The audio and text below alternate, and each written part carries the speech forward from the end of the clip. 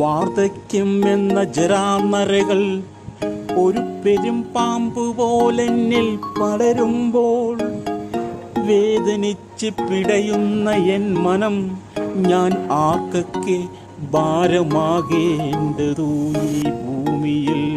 വേദനയാൽ പിടഞ്ഞ് പ്രസവിച്ച തൻ പൊന്മക്കളെ ഒരു ദിനം കാണാതിരുന്നാൽ വിറയാർന്ന കണ്ടം നിശ്ചലമാകുന്ന മാതൃത്വം, മൂർച്ചയേറിയ വാക്കുകൾ പൊഴിക്കുന്ന തൻ മകന്റെ മുന്നിൽ ആഴക്കടലോളം സ്നേഹം ഉള്ളിൽ ഒതുക്കിയ പിതൃത്വം, തൻ പൊന്മകനെയൊന്ന് കെട്ടി പുണരുവാൻ വെമ്പിയ കൈകളിന്ന് നിശ്ചലമാണ്.